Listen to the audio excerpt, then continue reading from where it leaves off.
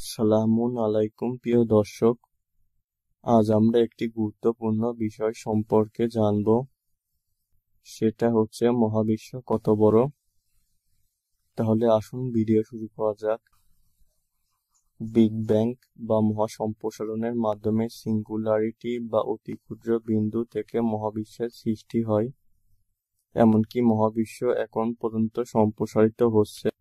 মহাবিশ্ব সৃষ্টি হওয়ার পূর্বে সিঙ্গুলারিটি বিন্দুর আনুমানিক আকার ছিল 1.616 × 10⁻35 মিটার মতো।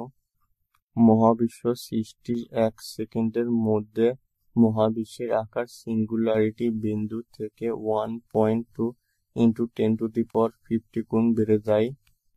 অর্থাৎ মহাবিশ্ব সৃষ্টির 1 সেকেন্ডের মধ্যে মহাবিশ্বের আকার 20 আলোকবর্ষ পর্যন্ত সম্প্রসারিত হয়। আলো 20 বছরে যে দূরত্ব অতিক্রম করে তাকে 20 আলোকবর্ষ বলে। 20 আলোকবর্ষ প্রায় 1.9 × 10⁻17 কিলোমিটারের সমান।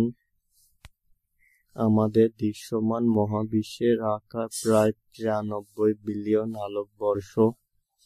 বিজ্ঞানীরা মনে করেন পুরো মহাবিশ্বের আকার প্রায় 2 ট্রিলিয়ন আলোকবর্ষ বা তারও বেশি হতে পারে। এছাড়াও বিজ্ঞানীরা আরো বলেছেন, বর্তমানে পর্যবেক্ষণযোগ্য বা দৃশ্যমান মহাবিশ্বের প্রতি সেকেন্ডে 10 লক্ষ কিলোমিটার গতিতে বিস্তার লাভ করছে।